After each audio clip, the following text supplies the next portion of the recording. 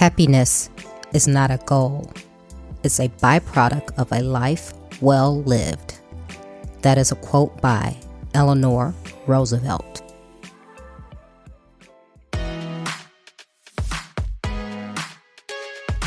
Welcome to Trina Talk. Trina Talk is a weekly podcast that will inspire and empower women of all ages to strive for the impossible. Your host, Trina L. Martin from TrinaMartin.com, is a motivational speaker, leader, and cyber tech expert.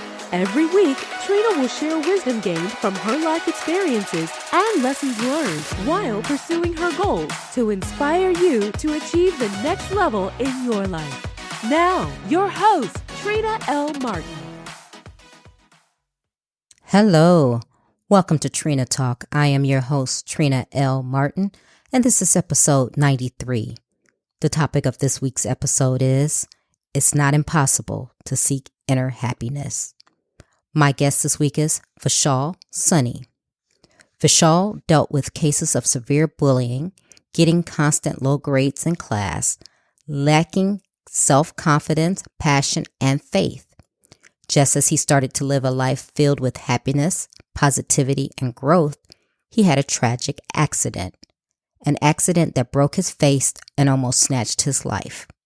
Today, he uses fitness to coach and train individuals on how to live a healthy lifestyle and stay motivated throughout the process. Hi, Vishal. Thank you for being on Trina Talk. Hi, Trina. It's an honor to be on your show. Thank you for calling me. Oh, you know what? It's a pleasure to have you. Let's get started with the interview. I see that you are into fitness, coaching people, and you want to help people become the best that they can be.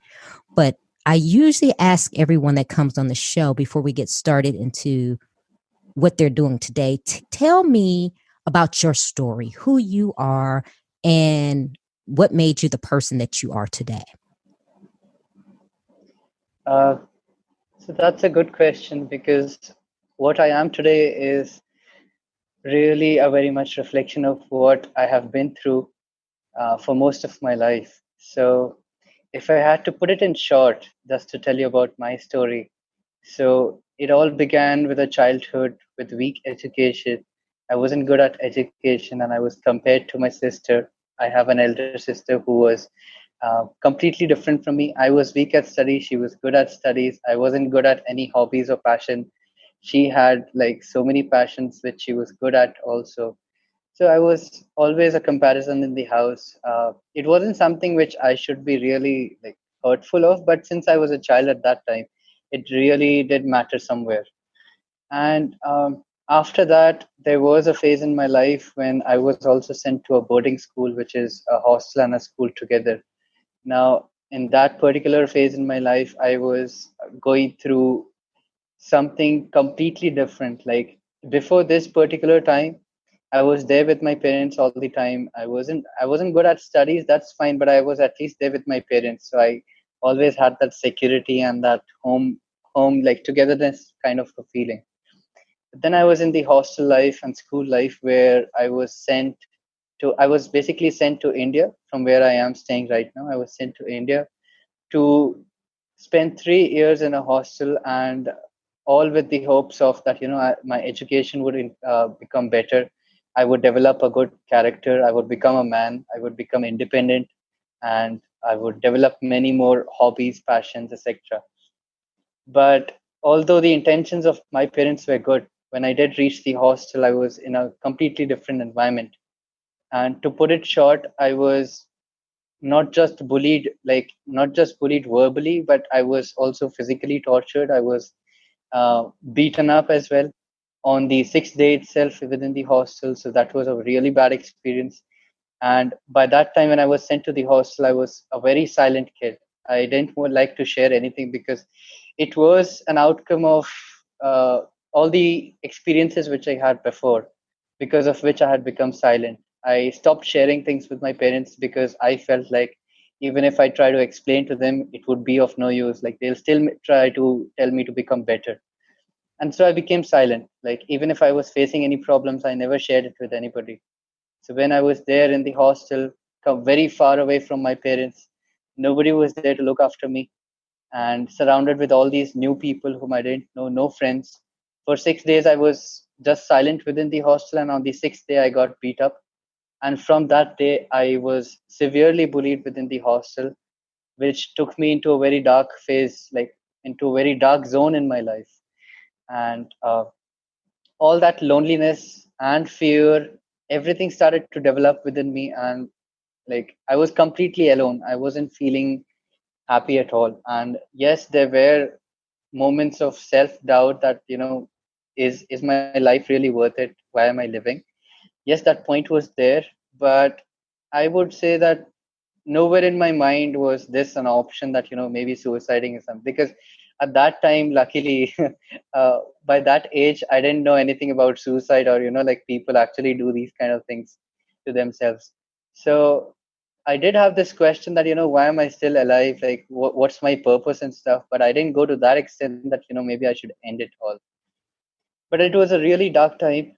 And I'm just trying to put this short, but this particular moment was one of the hardest time in my life.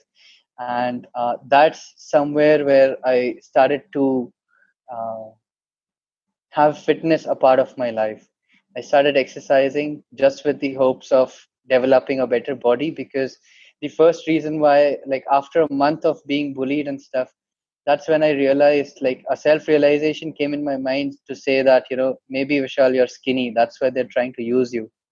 And so that's how I started to exercise. Very basic. I didn't have access to internet or anything. So I just exercised anything I knew from the memory. And just 2 weeks into exercising, whatever I knew, I used to secretly exercise, like hidden from everybody else. I didn't want anybody to see me. But after 2 weeks, somebody did spot me, and they started to tease me that even, like, a skinny kid trying to exercise. So they started teasing me for many things related.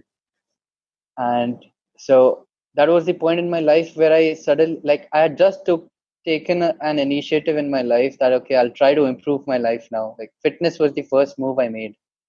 And yet within 2 weeks, I was like thrown to the ground again because of being teased. And so my motivation just went back to zero.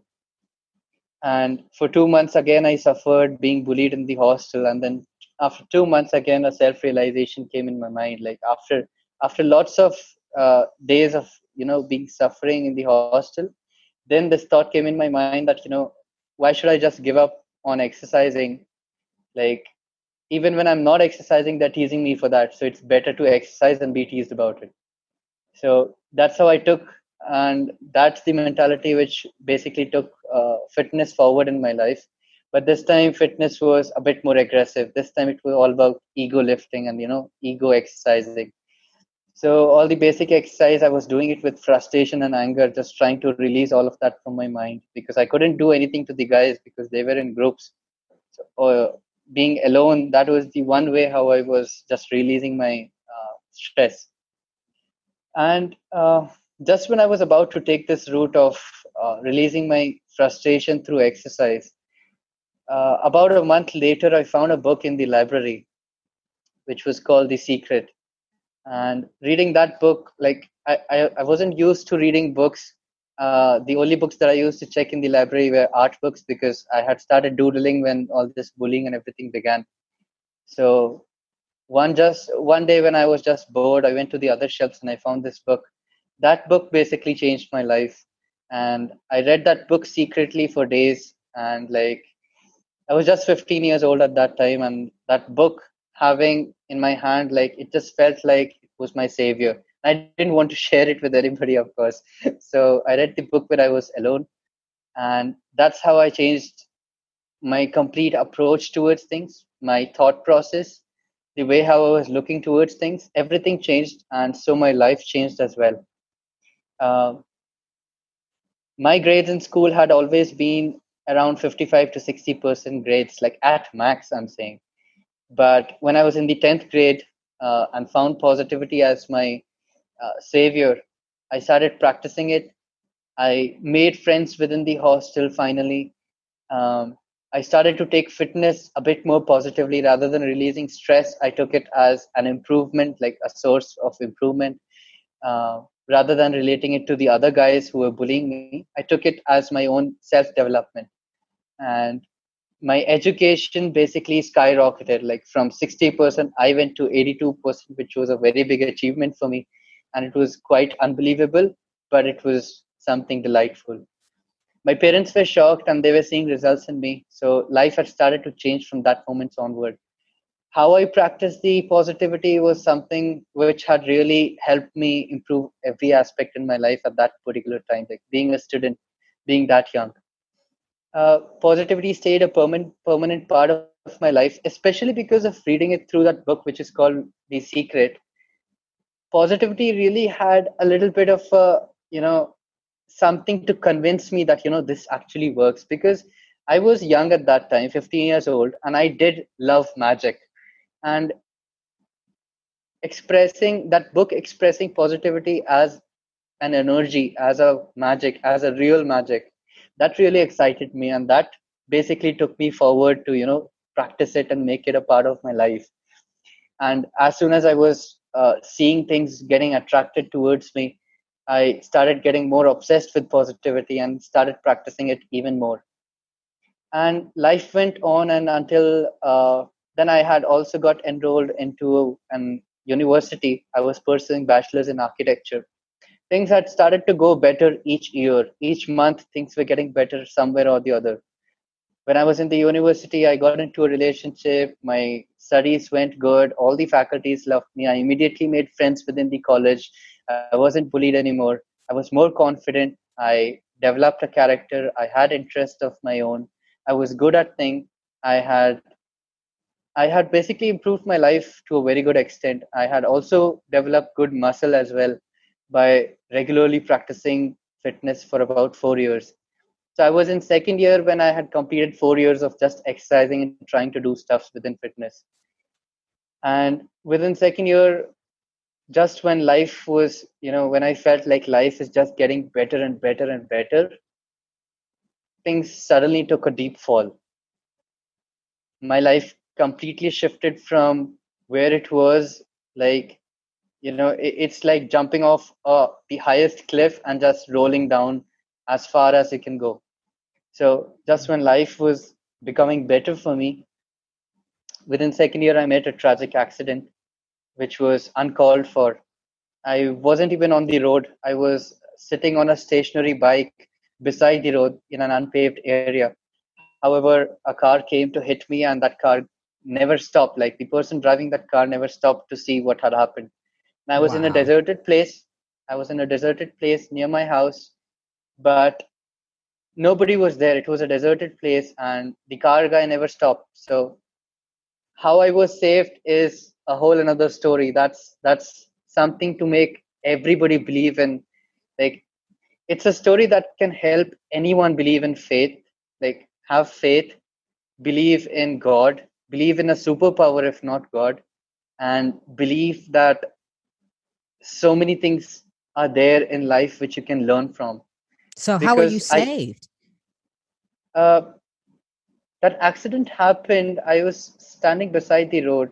uh, like, I'll not tell you the whole stuff because that will go long, but Yeah, just tell me the basically, short version. yeah. So it was my sister's engagement and everything, so it was the last day probably for my father to be in India. He was coming back to Fujairah then. So it was the last day. We were going to have a family dinner. From my college hostel, I went home. I saw a very cool bike standing in front of the house. I started requesting that let me try it. After repeatedly asking and saying that, okay, fine, I'll go just nearby the house, they agreed for it. And so I was standing beside the road when I had, like, I started to have a call on my phone. So I didn't want to ride the bike and try to act cool, like, use my phone or anything. So I parked the bike beside the road in the unpaved area. Like, there were trees and mud and everything. So I parked the bike and I was just checking in my phone. Suddenly, when I started to hear this increasing sound of, accelerating car, I turned back and I saw that there was a big white color SUV which was speeding on the road, which was just beside me. And that car, basically, instead of driving on the road, it came directly towards me and it hit me. So Mm. the bike went meters away from where the incident happened. Like, it was far away when the people found it. And I was found 2 lane across in the center of the road near a cement pillar which was broken. And even when I was recovered, there were no scratches on my body. There was not a bruise on my body, but my face Wow. was completely covered in blood.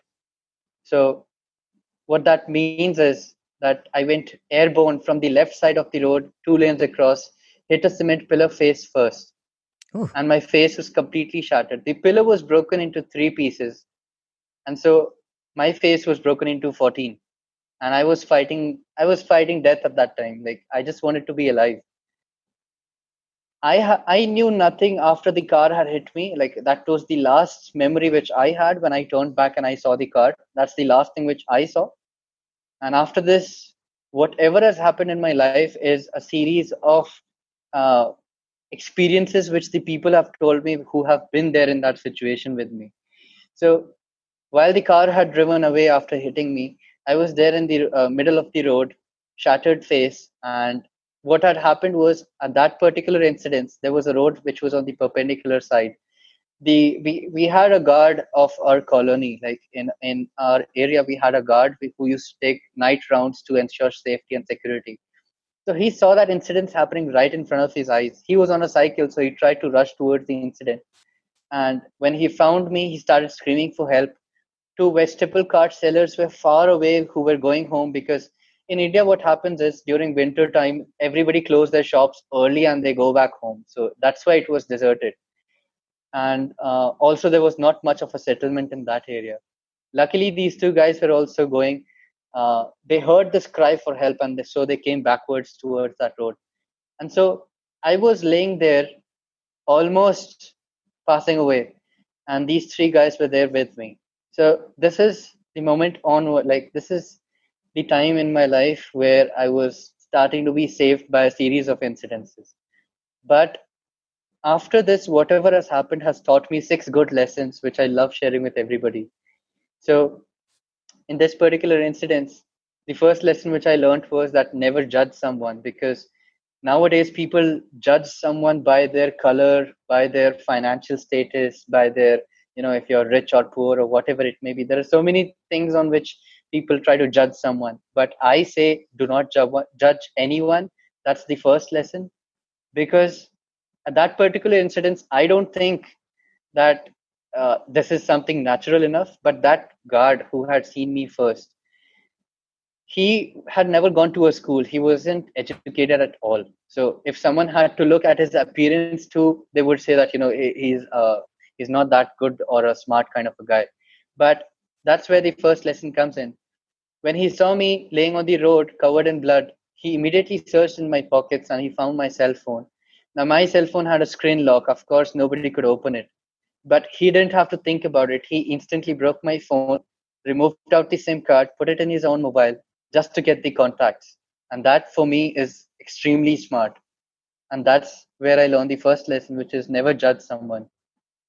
And so he dialed the first contact. That first contact was of my senior, who, again, now this is the second lesson in my life, that when you desperately need something, when there are prayers being sent for you, when you desperately need something in your life with the purest heart, your prayers or your desire would be heard by that superpower or that God, and some sort of a help will be sent for you. Some people call this coincidence, but the number of times it happened in my story, nobody could say that it's coincidence happening in series. So my senior used to live far away from my house, but at that particular time he was near the colony at where the incident happened.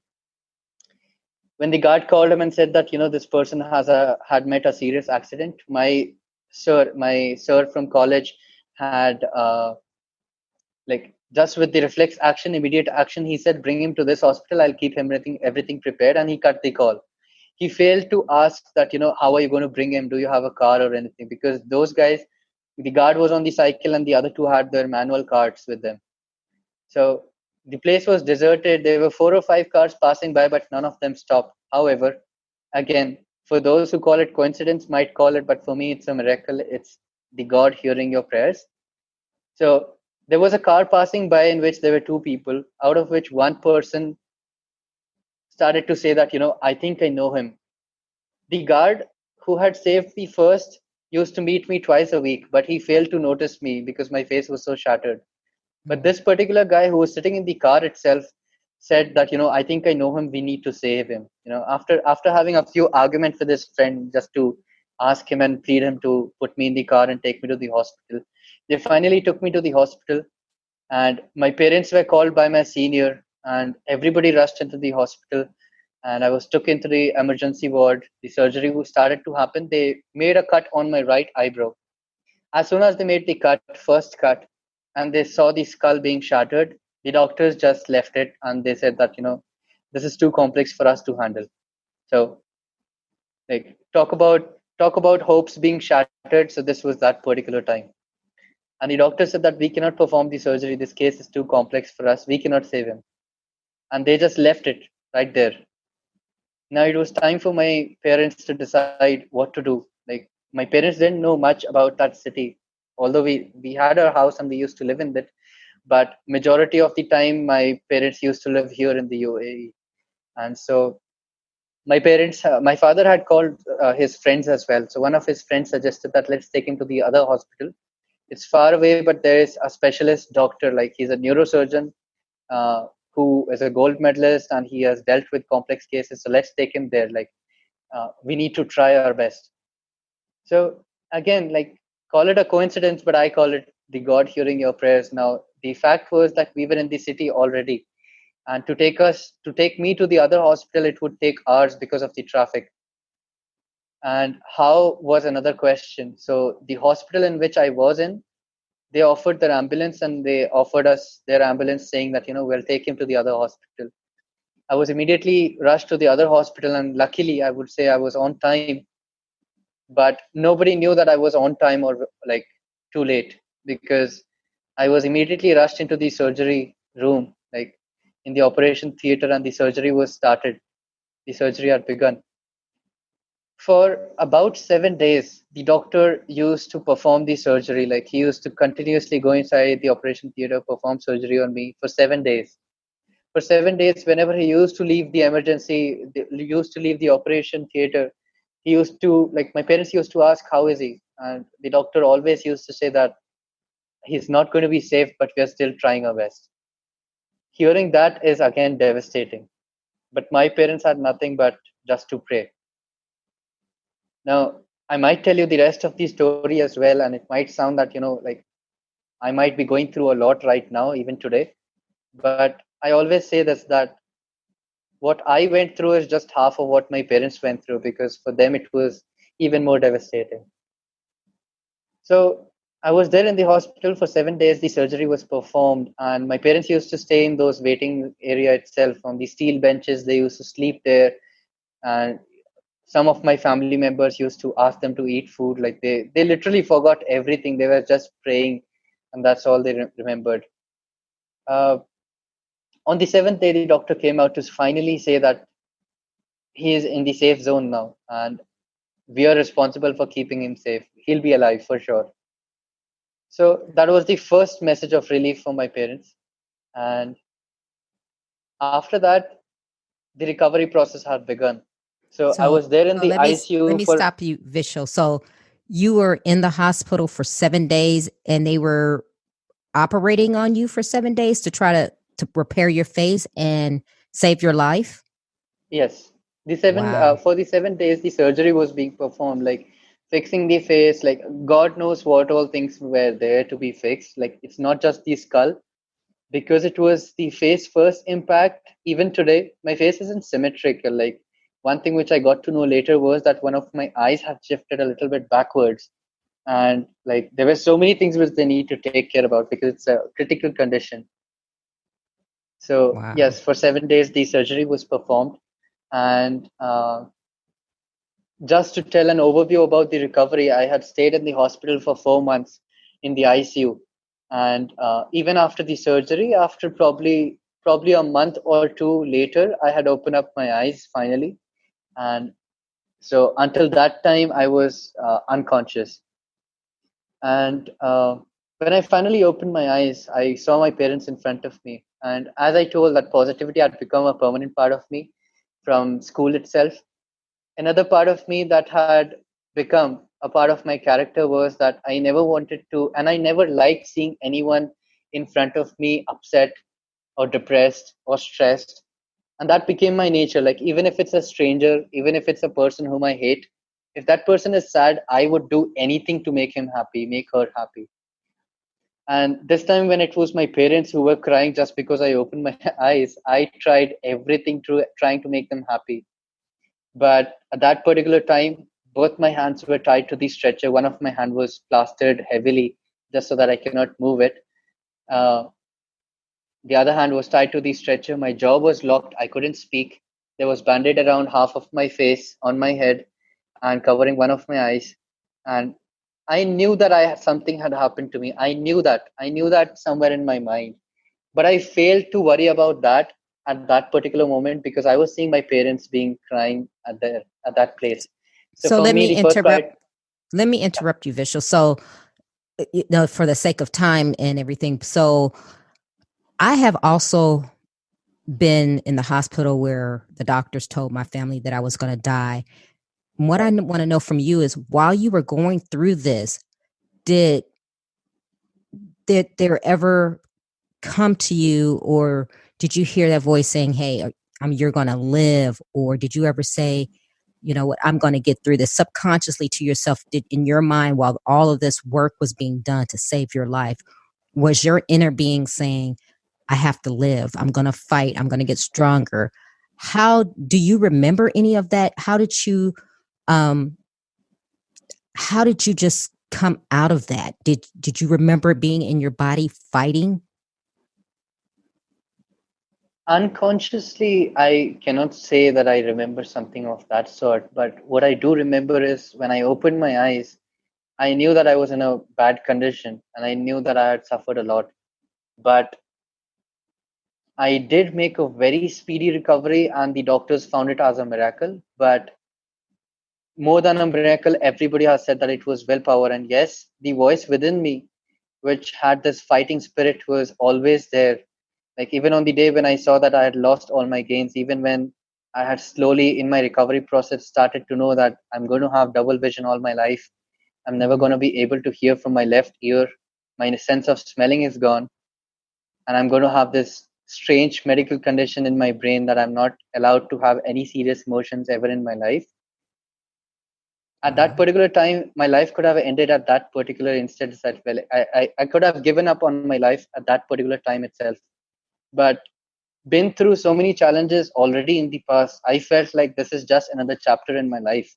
Like, to to keep it as a horrible chapter or to make it beautiful, that was all on me. And I didn't want to keep it as it was at that particular time. I wanted to write the next paragraph in that chapter, and I wanted to write it beautifully.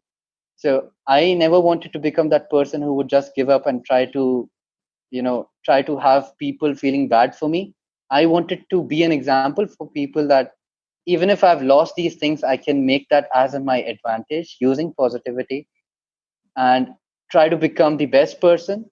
And ultimately, what happened in my life was today I'm living one of the best lives, I say, because I'm happy throughout the day. I'm spreading positive vibes. People love talking to me. And most importantly, I'm happy at whatever I'm doing, even if it's a bad situation, even if it's stressful. I'm always happy in the worst situation to the best situation. And that is something like that is inner calmness, inner peace, which is inner happiness is something which everybody has to seek for because that's the goal in everybody's life. Even today, I have double vision and the same problems which I had at that recovery phase. I still have those problems, but I'm not that person who is laying on the bed trying to complain to my parents or to my boss that, I cannot work. In the morning hours, I work as an architect, and I still manage to spend time on my fitness during the office hours, like doing some of the other activities.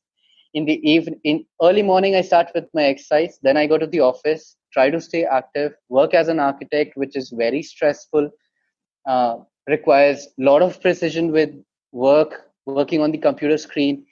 Despite having double vision, I have still done it all and I'm still doing it. In the evening, I come back home around 7 o'clock. I have my dinner and straight away get on my fitness coaching. I help people try to become the best versions of themselves. And me being through this life story of mine, I know very well how to help people not just get their fitness goals checked, but also their mental health checked. Because what I don't want is just people getting fit and getting all those abs and stuff. What I do want is getting them fit, at the same time making them develop the strongest, most focused, most determined mindset, which can help them be happy throughout their life as well. So let's take that. So how do you do that? Because you have a powerful story, and you've given us the big story. So how do you take what you have been through, what you have learned, and how do you impact other people's lives? So I did tell you that I'm doing fitness coaching in the evening, and in the morning I'm doing an architect's profession. In Mm-hmm. the evening is where I personally deal with clients, and I'm personally able to help people around, like whomever is willing to join with me. So what I try to do is, you can probably see the content which I put on Instagram. It's never just about updating about my physique. It's more about spreading a word, spreading a positive thought, something which is in my mind, which can help anybody who's reading it. Like it can be anyone around the world who might need to read that.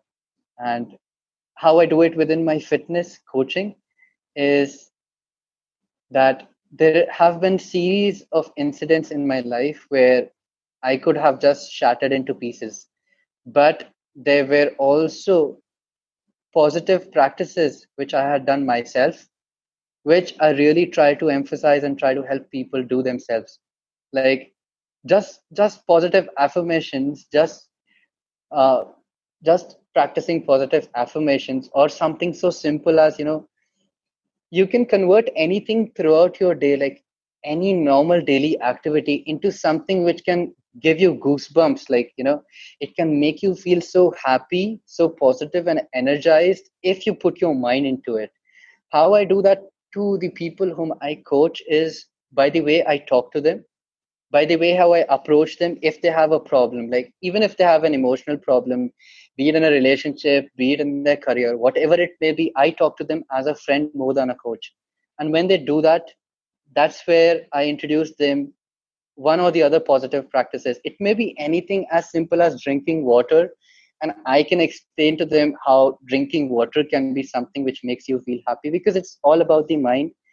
And this is what I believe, that mind is the superpower. And if you get that into control, you have your clear path in front of you towards happiness. And that is how I'm So helping people. I'm sorry. Yeah, how old are you? I'm about to be 25 in 19th July. Wow. So, I mean, by all counts, a lot of people would look at you and say, he's just a young man, but you have been through so much and you have learned the lesson, because there are a lot of people who are twice your age and who have been Right. through traumatic things in their life, but they don't come out of it with positivity. They come out of it Right. with the woe is me, oh, I can't do this, or my life is so bad because of X, Y, and Z. But you have learned how to turn that for your good. Right. And, you know, and it's more than just, the book, The Secret, and being positive. What could you tell people who are listening who may have been saying, well, you know what? I've gone through this in my life, and my life is so horrible right now. What could you tell them so that they could change their mindset? Because I'm like you, I believe that nothing changes unless your mindset changes. What could you tell them so that they could start to develop a positivity about life? I would say, I would start by saying something really harsh, but it's going to take up to something really beautiful, because that's how life is. So what I would say is that life is never going to be smooth. Life is never going to be easy. Life is never going to be a straight line where you're just going towards success or you're just going towards happiness, finding love, and like happiness is just something which never goes away from you. So life isn't like that. There are going to be challenges, there are going to be problems, there are going to be deep falls, there are going to be extreme problems in your life where you're going to feel devastated. And there are going to be challenges to an extent where you can just like physically fall or just mentally fall. Like it can be serious. But how I summarize my life, like there were 6 lessons hidden within the recovery, but how I summarize all of them within one is that life can end at any particular moment. Life can literally end anywhere, anytime, no matter how safe you feel you are. Life can end at any particular moment. And just think about it. You love watching movies. Everybody loves watching movies. So you always love a movie which has a happy ending. So why not try to make your own life like that? So with that being said, that life can end at any particular moment, why not enjoy every moment? Like just try it. Because there is one beautiful example I give to everybody, that when you were a child and you used to cry, your parents used to come in front of you and like just with a tissue box or maybe a pillow or maybe a soft toy, they might distract you, and immediately from crying you would go into smiling and being laughing with them, even if you're hurt. So if you were a child and you knew that that was something so strong, I would ask everybody to practice that even when they're grown up. So if life ends at any particular moment, live every moment with positivity, because with positivity, you can convert something which is negative, something which is very bad, excruciating, like painful in your life, and you can convert that into something so beautiful that you're going to cherish it your whole life. And that is something which I am doing even today. And that is the reason why I have been able to be happy. And this is the one message which I want to spread to everyone around me and to every listener in this podcast. Wow, so powerful. I mean, you have gone through so much, and I'm so glad you went through your bullying, and like you said, you could have taken the route of suicide and just be done with it, and I'm glad that you didn't, but you turned that around to putting it into fitness, which is a good outlet. But then you went on later on in your life to go through this tragic accident.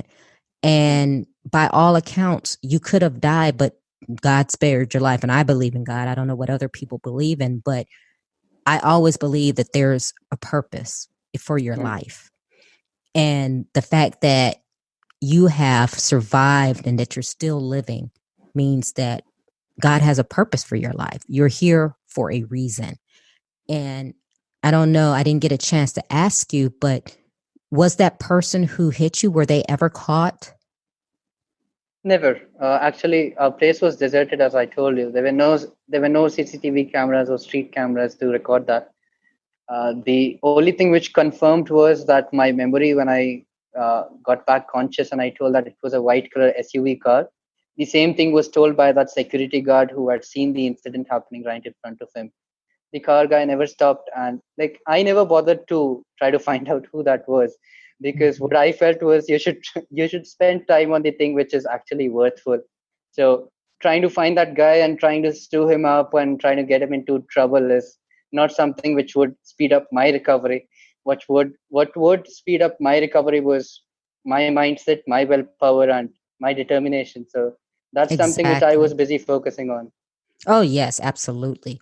So, with let's go back before this accident when you were improving your life with the fitness and taking the bullying that you had gone through and turning it around for better, and you had started to excel at school. What did your parents say? Because I know how that feels when you have a parent that doesn't quite think that you're doing as well as you should be doing. And then that started to shift. Did you have any impact on your parents about that? Did they ever learn that maybe they shouldn't compared you to your sister and that they should just, have let you go the road that you were meant to travel? Um, so I was really weak in studies and I was compared to my sister. Yes, that was something which was there in my life. And when I had recovered, like when I had improved everything in my life, especially education, and I had like started to achieve things in my life other than education as well, my parents were noticing that when I got results in 10th grade and 11th grade, my parents were shocked. They were very happy. As far as the lesson is concerned, that you should not compare. I wouldn't say that because I like it wasn't a thing. I would put it down in this way that when I started to have better results in my studies, I wasn't bothered to notice that if they're comparing me or not because I was happy with my life. And Mhm. there was an incident in my 12th grade when we were sitting in front of the laptop, me, my sister, and my mother, trying to check my 12th grade result. And my father was there in video call from here in Fujairah.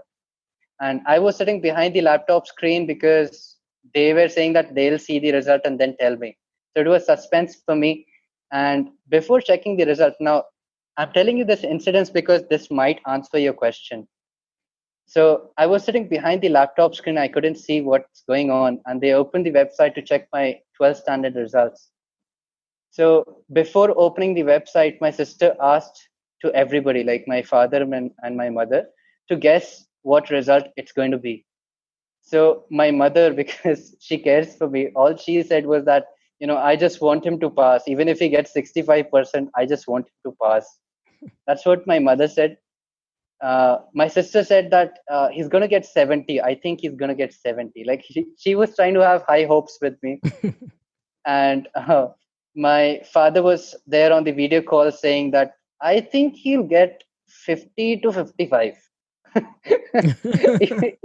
Even in 12th grade. So I guess that answers your question. And what happened after that was even more delightful because I was sitting behind the computer screen, couldn't see anything. Like my sister did ask me how much would I get. I said that I just hope I pass because all I remembered from my exams was I didn't do that well. But I was positive about my results. So when the result opened, it was it was scary for me because my sister and my mother immediately started crying, looking at each other, and then that's enough for me to be scared of. And I was asking them, what happened? Did I fail or what? And then she turned around the screen, and I got again. I think I got 84% in 12th grade, Oh, and that's wow. why they were having tears in their eyes because despite having low expectations, I had completely gone away from that. Wow. That's, you have totally just revamped your life. I mean, I know you're only 25 years old, but from being a young student to today, you have changed and revamped and improved your life in so many ways. And I think that's a testament to the person that you are, your inner strength, your drive. And it's just so amazing just hearing your story. I was just in awe because I couldn't believe that you had gone through such a traumatic incident and you're sitting here talking to me today. And I'm so glad that you are talking to me today. Um, Normally, I would go through questions at the end, but I'm not going to do that because your story has been so powerful. But I am going to ask you one of the questions, and that is, what legacy do you want to leave? Sorry, I couldn't hear you. What legacy do you want to leave? I would say that there was a time in my childhood when I felt like I did have this question in my mind that what's my purpose here? And there was a voice within me which did answer that question, and that voice was to that my purpose in life was to make everyone around me happy. And that went on to develop a character which I am today. And the legacy which I would like to leave behind is that a message so powerful that everybody would be inspired from, regardless of the condition in which they are in, ever in their lives. The message so powerful that they can overcome any problems in their life and be happy throughout their life. That's something which I want as a legacy. Wow. And yeah, Wow. like even if I'm just 25 right now, what I feel is there is a lot which I can still achieve, because I don't want to stop here. I want to do many more things to help many more people, and to be able to share this story with as many people as possible, so that, I don't know, like, I don't consider my story to be that different from someone else. There are people who are suffering, but the message which my story has is something which can help anyone improve their life. So that's something. Yes. Well, I can definitely say you have impacted and inspired because, like I said, I was listening to your story and it's just amazing that you are sitting here talking to me today. And it's so powerful to know that through all of that, you're here. And even though you may have some challenges in your life, you are not letting that stop you. And I think that is so empowering that the people listening will take your story and know that no matter what they're going through, that they also can have a happy life. And that is something that we all should be striving for. Definitely. Wow. Well, Vishal, I really thank you for just taking time out of your day and just sharing that powerful story with us, because like you said, there are people out there who are going through things as well, but it's always nice to hear that someone else has that was going through something difficult has turned it around and made it something that's good and powerful for them, and that they're not sitting on the sidelines just waiting for someone to change their life for them or pick them up, that they have picked Mm. themselves up and that they have decided to make the best of their life. And honestly, if more people had that kind of perspective on life, I think the world would be such a better place to live in. That is so true. That is so true. Like, if I had to, if I wanted to, I could still sit today and complain about the medical issues that I have to suffer all my life. But just because I knew that what I had to target was happiness, and happiness was not something which was going to be impossible to reach even with these medical conditions. Like, these medical conditions are going to stop that. So, like, if there's if there's nothing which is stopping you, then why stop for it, and why sit and complain for it?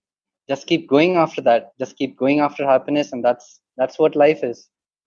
Yes, it is. Well, I thank you for being on Trina Talk, and we're definitely will be in touch. Thank you, Trina. Thank you so much for getting me on your show and giving me so much time. And thank you so much. If you like Trina Talk, please don't forget to go out to Apple Podcasts to subscribe. Also, who else in your life do you know that needs some motivation and inspiration in their life? Don't forget to share Trina Talk with them. I hope you have a great week. And remember, if you change your mindset, you can change your life. Keep striving, because success is a journey, not a destination. You can listen to Trina Talk anytime and anywhere. It's available on iTunes, Google Play Music, Stitcher, Spotify, and all other places that you can listen to podcasts. If you like the podcast, please don't forget to go to iTunes to subscribe, rate, review, and share. If you have questions for me or need inspiration on how to go to the next level, tweet me directly at Trina L. Martin.